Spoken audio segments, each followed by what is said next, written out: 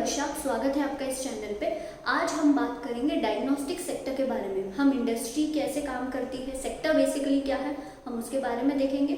फिर मैं 3 कंपनियों का कंपैरिजन करूंगी, जो कि डॉक्टर लाल पैथलैब्स, थायरोकेयर, मेट्रोपोलिस। लेकिन उससे पहले हम पूरा सेक्टर देखेंगे कि सेक्टर जब आप स्टडी करते हो तो एक्चुअली डायग्नोस्टिक इंडस्ट्री कैसे काम करती है। तो शुरू करते हैं सेक्टर से।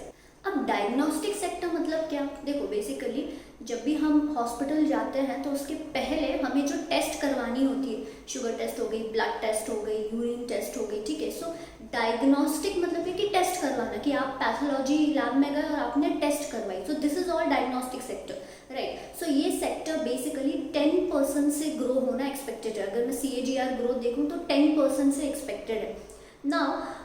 सबसे इंपॉर्टेंट चीज़ ये कि यहाँ पर टेस्ट कौन सी होती है, ठीक है। तो कुछ रूटीन टेस्ट होती हैं, जैसे शुगर हो गई, कोलेस्ट्रॉल, प्रेगनेंसी, ठीक है। फिर कुछ स्पेशलाइज्ड टेस्ट होती हैं, genetics related, cancer related, oncology जिसको बोला जाता है। तो दोज आर स्पेशलाइज्ड टेस्ट।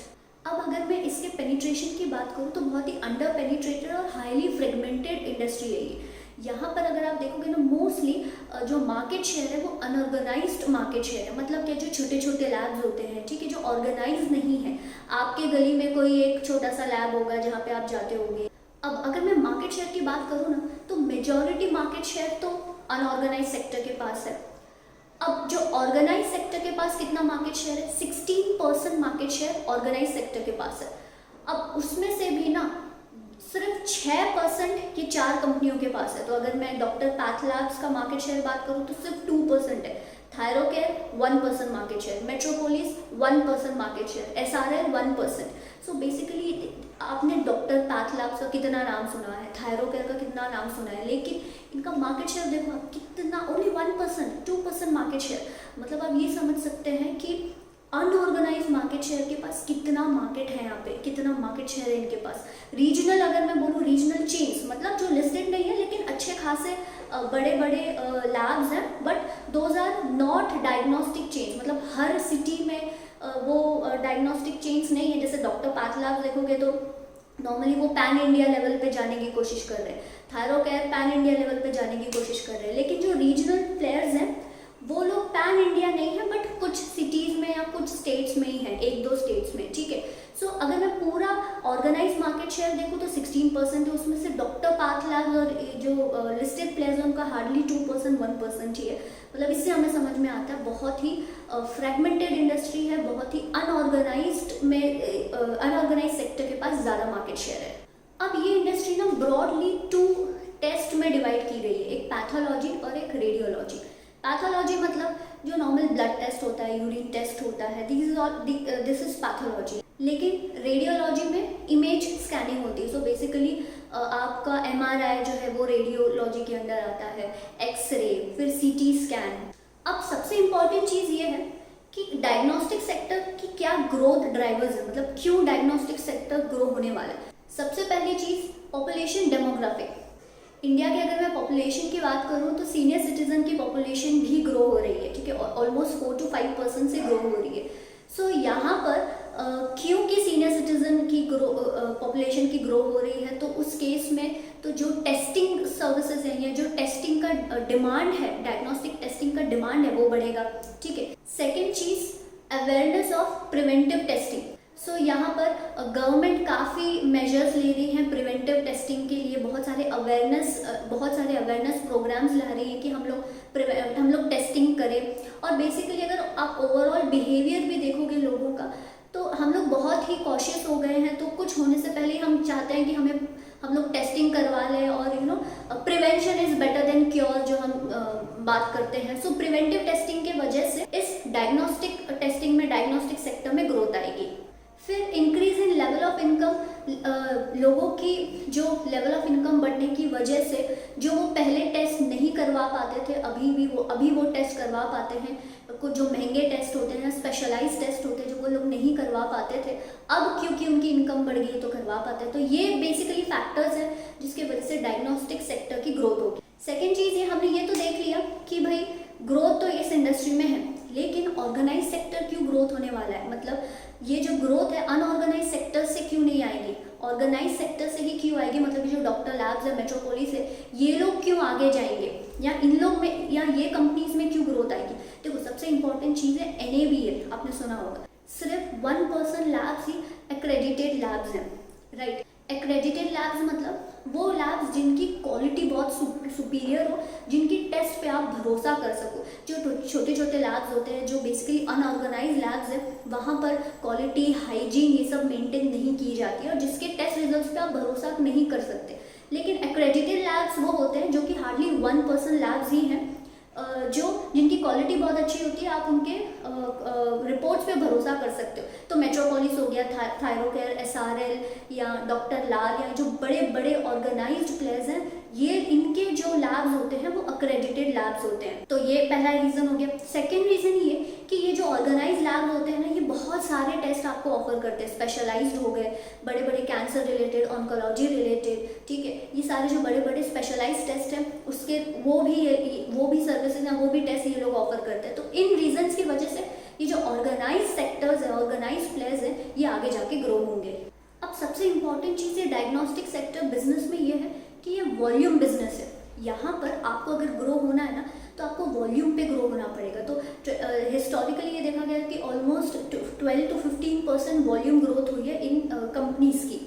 यहाँ पे आप ग्रो प्राइस हाइक से या प्राइस बढ़ाने से, अपनी टेस्टिंग की प्राइस बढ़ाने से आपकी ग्रोथ नहीं होगी। ये बेसिकली बहुत ही प्राइस सेंसिटिव बिजनेस है। यहाँ पे आपको वॉल्यूम बढ़ा के ही ग्रो होना पड़ेगा। तो आप डॉक्टर लैब्स देख लो, मेट्रोपोलिस देख लो, ये लोग ने अपने इंटरव्यूज में ये बोला भी है कि हम लोग प्राइस हाइक नहीं करने वाले, हम लोग वॉल्यूम ग्रोथ पे बेसिकली बिजनेस बढ़ाने वाले, और ये बिजनेस ऐसे ही वॉल्यूम ग्रोथ से ही बढ़ता है। अच्छा, इनके पास प्राइसिंग पावर क्यों नहीं है? देखो, अगर मैं डॉक्टर पैथलैब्स और मेट्रोपोलिस को कंपेयर करूं, अगर मैं ये अज्यूम करूं कि दोनों के रिपोर्ट्स पे आप रिलाई कर सकते हो, दोनों की क्वालिटी अच्छी है, सब कुछ अच्छा है, रिपोर्ट्स पे आप रिलाई कर सकते हो, तो जो ब्लड टेस्ट डॉक्टर पैथलैब करेगा और जो ब्लड टेस्ट मेट्रोपोलिस करेगा, इन दोनों में क्या डिफरेंस रहेगा? मुझे रिजल्ट्स कुछ अलग नहीं मिलने वाले। यहाँ पे आपको ये समझना है कि इनके जो प्रोडक्ट्स हैं वो स्टैंडर्डाइज्ड प्रोडक्ट्स है, डिफरेंशिएटेड प्रोडक्ट्स नहीं है। जो मुझे डॉक्टर पैथलैब के ब्लड रिपोर्ट में रिजल्ट्स मिलेगा, वही मुझे मेट्रोपोलिस के ब्लड टेस्ट में रिजल्ट मिलेगा, राइट। अज्यूमिंग कि इन दोनों की क्वालिटी अच्छी है, अज्यूमिंग कि इन दोनों के रिपोर्ट्स पे आप रिलाई कर सकते, यहाँ पर बेसिकली डिफरेंशिएशन नहीं कर सकते प्रोडक्ट में। यहाँ डिफरेंशिएशन कहाँ कर सकते हैं? प्राइस में। मैं अगर डॉक्टर पैथलैब मुझे सस्ते में ये प्रोडक्ट दे रहा है, सस्ते में सर्विस दे रहा है, तो मैं वहाँ जाऊँगी, ना कि मेट्रोपोलिस के पास जाऊँगी। तो यहाँ पर बेसिकली बिजनेस कैसे ग्रो हो सकता है? यहाँ पे बिजनेस बेसिकली, अगर आप कस्टमर को वैल्यू ड्रिवन प्रोडक्ट दे रहे हो, कस्टमर को सस्ती चीज़ दे रहे हो, तब जाके कस्टमर आपके पास आएगा। अब बिजनेस ग्रो करने के लिए ना यहाँ पर अप्रोचेस होते हैं, B2B और B2C। B2B business to business. अब यहाँ पे क्या होता है ना, अगर सपोज मैं अगर कोई एक इंडिपेंडेंट लैब में गई और मैंने वहाँ पे टेस्ट करवाई, मुझे रिजल्ट्स मिल गए, तो this is B2C, business to consumer. लेकिन अगर मैं हॉस्पिटल में गई, मैंने वहाँ टेस्ट करवाई, अब हॉस्पिटल वालों ने वो टेस्ट आगे प्रोसेस करने के लिए, हॉस्पिटल वालों ने मेरे जो सैंपल्स है वो दिए डॉक्टर लैब को पूरे उसके रिजल्ट्स लाने के लिए। सो बेसिकली हॉस्पिटल ने आउटसोर्स किया डॉक्टर पैथलैब्स को। तो यहाँ पर क्या हो गया ना, यहाँ पर डॉक्टर पैथलैब और हॉस्पिटल के बीच में B2B बिजनेस हो गया। सो बेसिकली B2B में बिजनेस टू बिजनेस। तो यहाँ पर लैब्स कैसे ग्रो होती है? एक तो वो हॉस्पिटल से टाई अप करती है, तो हॉस्पिटल में जितने भी कस्टमर्स आएंगे, वहाँ पे जितनी भी टेस्ट होगी, वो टेस्ट किधर जाएगी? डॉक्टर पैथलैब या फॉर दैट मैटर उन लैब चेन्स के पास जाएगी। ये हो गया।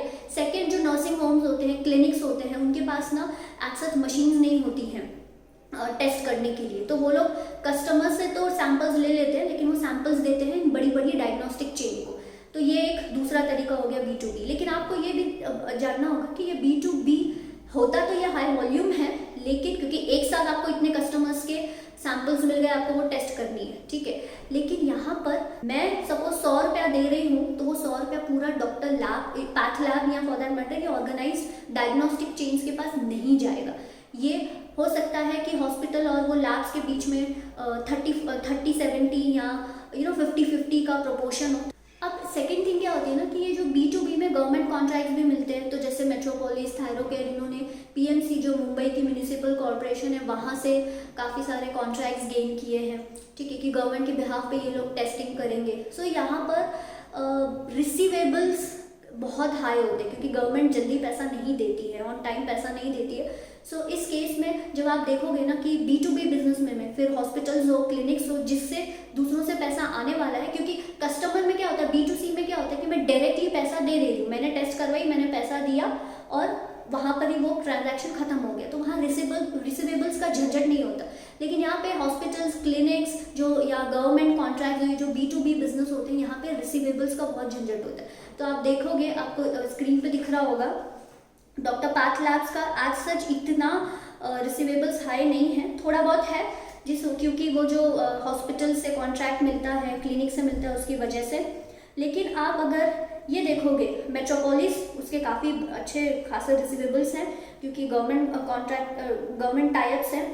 अब नेक्स्ट है B2C बिजनेस टू कंज्यूमर। मैं लैब में गई, मैंने टेस्टिंग करवाई, मैंने पैसे दे दिए, वो ट्रांजैक्शन खत्म। सो बिजनेस टू कंज्यूमर, तो लैब और मेरे बीच में ये कॉन्ट्रैक्ट या ये ट्रांजैक्शन हुआ, दिस इज B2C।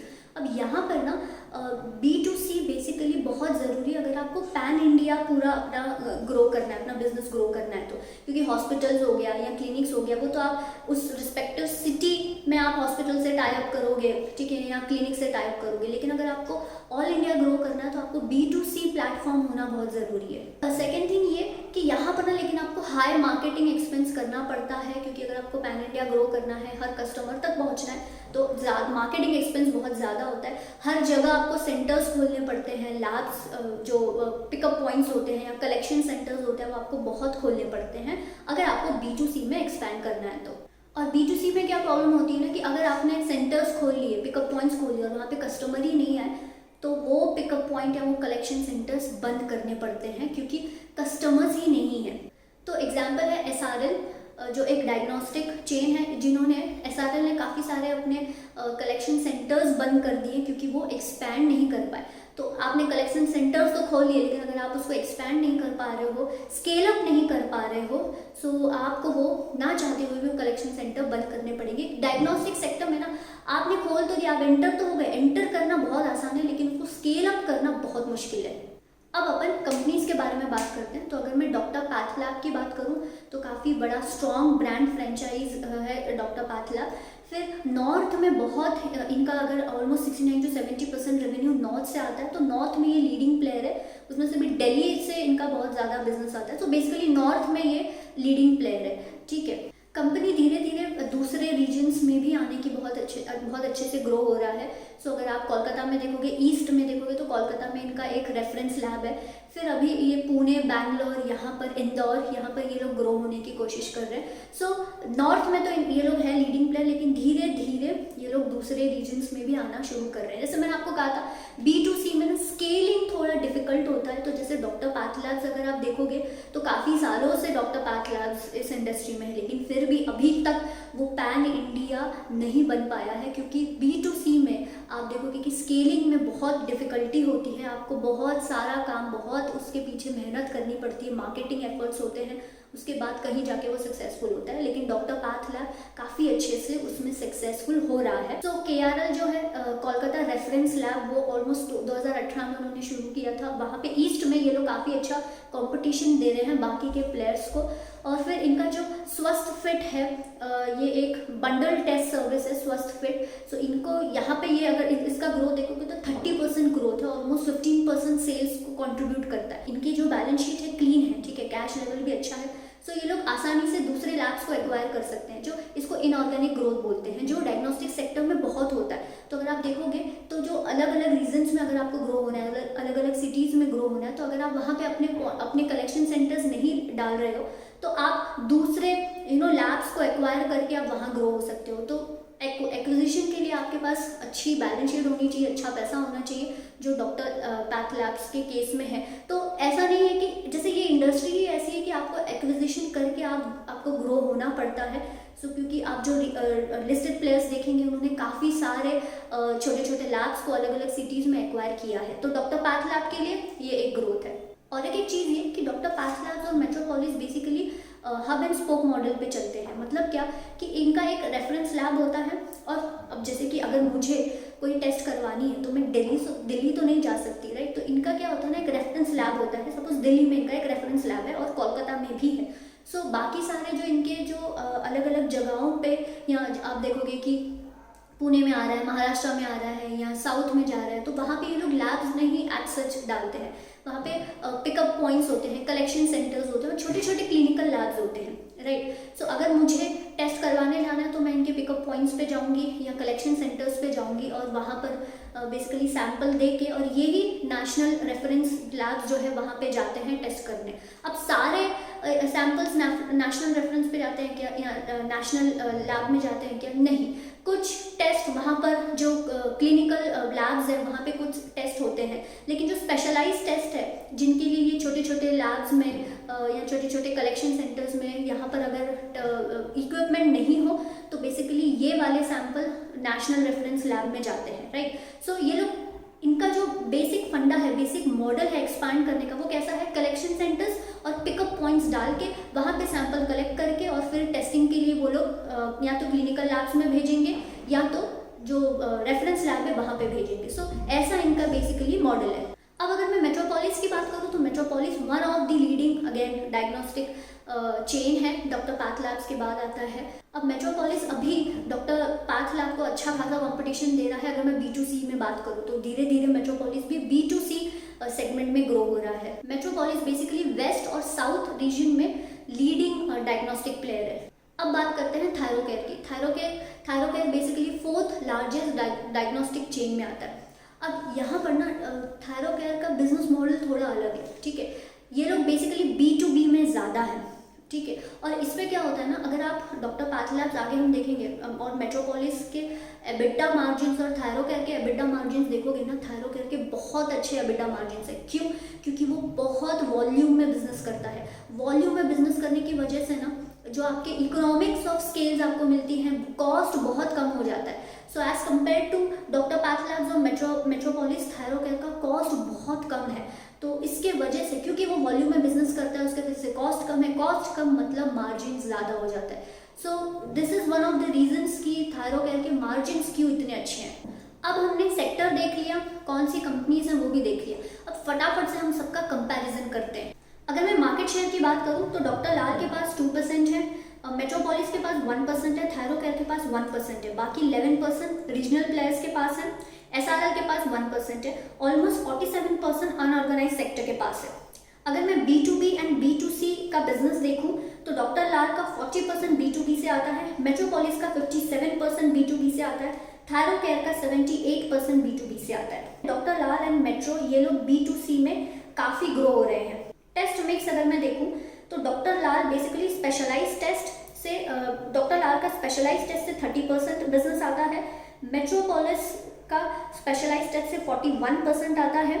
एंड इसी वजह से मेट्रोपोलिस के डॉक्टर लाल के कंपैरिजन में मार्जिन ज़्यादा है। थायरोकेयर के कोई स्पेशलाइज सर्विस एज सच नहीं है, फिर भी इनके मार्जिन क्यों ज़्यादा है? क्योंकि ये लोग बंडल टेस्ट बहुत देते हैं जिसकी वजह से लो कॉस्ट आता है। अगर मैं कलेक्शन सेंटर्स की बात करूं सो बेसिकली डॉक्टर लाल, डॉक्टर पैथ लैब जो है एंड मेट्रोपोलिस के कलेक्शन सेंटर्स इंक्रीज हो रहे हैं। आप पिकअप पॉइंट्स देखोगे तो वो भी धीरे धीरे करके इंक्रीज हो रहे हैं, लैब नेटवर्क भी इंक्रीज हो रहे हैं। रियलाइजेशन पर टेस्ट देखोगे तो डॉक्टर लाल एंड मेट्रोपोलिस आगे हैं कि इनको पर टेस्ट से कितना पैसा ये रियलाइज कर पाते हैं। रियलाइजेशन पर पेशेंट यहाँ पे भी डॉक्टर लाल एंड मेट्रोपोलिस आगे हैं। अभी डॉक्टर लाल का थोड़ा कम हुआ है ड्यू टू एग्रेसिव एक्सपेंशन, और ये लोग जो बंडल टेस्टिंग में आए हैं इसके वजह से वॉल्यूम गेम है बेसिकली बंडल टेस्टिंग, जहाँ पे आपको वैल्यू फॉर प्रोडक्ट देना पड़ता है, मतलब कम प्राइस थोड़ी रखनी पड़ती है। इसके वजह से अगर आप रियलाइजेशन पर पेशेंट डॉक्टर लाल का देखोगे तो थोड़ा कम हुआ है। मेट्रोपोलिस का रियलाइजेशन पर पेशेंट इतना अच्छा क्यों है? क्योंकि उनकी स्पेशलाइज्ड टेस्ट का प्रोपोर्शन ज़्यादा है, जो हाई प्राइस टेस्ट होते हैं, जो कि थोड़ा हाई मार्जिन बिजनेस होता है। एबिटा पर पेशेंट अगेन मेट्रोपोलिस का ज़्यादा है। अब अगर मैं सेल्स ग्रोथ देखूं तो तीनों कंपनी की सेल्स ग्रोथ अच्छी है। रेवेन्यू ग्रोथ डॉक्टर लाल की देखें तो 5 ईयर्स में ऑलमोस्ट 15% ग्रो हुआ है। CAGR ग्रोथ की अगर मैं बात करूँ तो मेट्रोपोलिस की रेवेन्यू ग्रोथ ऑलमोस्ट 18.8% से हुई है, थायरोकेयर की ऑलमोस्ट 13.42% से हुई है रेवेन्यू ग्रोथ में मेट्रोपोलिस एंड डॉक्टर लाल दोनों भी काफ़ी अच्छे से ग्रो हो रहे हैं। प्रॉफिट ग्रोथ की अगर मैं बात करूँ लास्ट 5 ईयर्स में, तो डॉक्टर लाल की ग्रोथ हुई है अराउंड 18.68% CAGR ग्रोथ, मेट्रोपोलिस की हुई है अराउंड 15.8%, थायरोकेयर की हुई है अराउंड 14%। सो प्रॉफिट ग्रोथ में again doctor Lal and Metropolis are first and second, followed by Thyrocare. अगर मैं ROE की बात करूँ तो डॉक्टर लाल का ROE अराउंड 21.38% है, थायरोकेयर का 23.98% है, मेट्रोपोलिस का 24.25% है। तो ओवरऑल ROE में तीनों का भी ROE काफ़ी अच्छा है। अब अगर मैं कोविड की बात करूं तो कोविड में तीनों ने, जैसे doctor lab was the first one जिनको जब गवर्नमेंट ने डिक्लेयर किया था कि आप प्राइवेट लैब्स भी टेस्टिंग कर सकते हो, तो doctor lab was the first one जिन्होंने ये सब शुरुआत की थी और इंफ्रास्ट्रक्चर सब बिठाया था। सो कोविड टेस्ट में बेसिकली तीनों ने अपना अपना परफॉर्मेंस दिखाया। और लेकिन यहाँ पर ना, अब जैसे कि अगर मैं आपको स्क्रीन पे भी दिख रहा होगा कि इन तीनों कंपनियों का कोविड बिजनेस से कितना बिजनेस है, बेसिकली कितने परसेंटेज का बिजनेस ये लोग कोविड से लाते हैं। सो कोविड बिजनेस का अभी अगर जो भी क्वार्टरली रिजल्ट्स आए थे तो उसमें डॉक्टर लाल की अगर मैं बात करूं तो उनके रिजल्ट्स काफ़ी अच्छे रहे due to covid testing, right. So आगे जाके भी जैसे प्रिवेंटिव मेजर्स होंगे, कोविड ने हमें बहुत कुछ सिखाया है हेल्थ रिलेटेड, तो प्रिवेंटिव टेस्ट जो होंगे उसके वजह से तो इन लोगों को फायदा होगा ही। लेकिन अगर मैं सिर्फ कोविड की बात करूं तो एक मीडियम टर्म के बाद कोविड से आज सच इतना बिजनेस नहीं आएगा, नॉन कोविड से बिजनेस ज़्यादा आएगा, जो कि ये लोग ग्रो भी कर रहे हैं। नॉन कोविड पे ये लोग बहुत ध्यान दे रहे हैं। अब अगर मैं रिस्क की बात करूं तो सबसे बड़ा रिस्क है कि यहाँ पे एंट्री बैरियर नहीं है, मतलब कल कोई भी जाके अपना लैब ओपन कर सकता है, ठीक है। और ये इनके लिए वन ऑफ द रिस्क है। ये अलग बात है कि ये लोग काफ़ी एक लेवल तक पहुंच गए हैं कि ये लोग उतना कंपटीशन एक्सेप्ट कर सकते हैं। लेकिन अगेन जो एंट्री बैरियर्स जो भी बिजनेस में होते हैं वो इस बिजनेस में एंट्री बैरियर्स हाई नहीं है। सो ये बेसिकली था सेक्टर रिलेटेड एनालिसिस और इंडिविजुअल कंपनी रिलेटेड एनालिसिस। अब अगर मैं वैल्यूएशन की बात करूं तो आपको तीनों का PE price to earning ratio दिख रहा होगा। इन तीनों का अगर मैं PE इनके हिस्टोरिकल PE से कंपेयर करूं तो आज के डेट पे बहुत ज़्यादा कॉस्टली है ये कंपनियां, बहुत ज़्यादा हाई वैल्यूएशन दिया गया है इन कंपनीज को। अगर मैं सिर्फ PE देखूं, प्राइस टू अर्निंग, वैल्यूएशन करने के बहुत सारे तरीके हैं, लेकिन अगर मैं सिर्फ PE के हिसाब से देखूं तो मुझे ज़्यादा वैल्यूएशन बहुत हाई लगता है, ठीक है। डॉक्टर लाल जो है वो हर बार, मतलब आप देखोगे कि डॉक्टर लाल हमेशा प्रीमियम वैल्यूएशन पे ही ट्रेड करते आया है, लेकिन अभी तो बहुत ज़्यादा बढ़ चुका है, इवन मेट्रोपोलिस एंड थायरोकेयर। तो तीनों के वैल्यूएशन मुझे बहुत हाई लगते हैं। नो डाउट कंपनियां बहुत अच्छी हैं, सेक्टर बहुत अच्छा है। हाँ, मोड्स जो है, कॉम्पिटिटिव एडवांटेज जो है, मुझे एकदम हाई नहीं लगते हैं।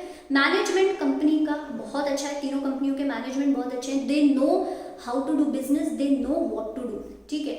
सो कंपनी में कोई प्रॉब्लम नहीं है, मैनेजमेंट में कोई प्रॉब्लम नहीं है, फाइनेंशियल अच्छे हैं, जो आगे की फ्यूचर ग्रोथ है वो भी बहुत अच्छी है।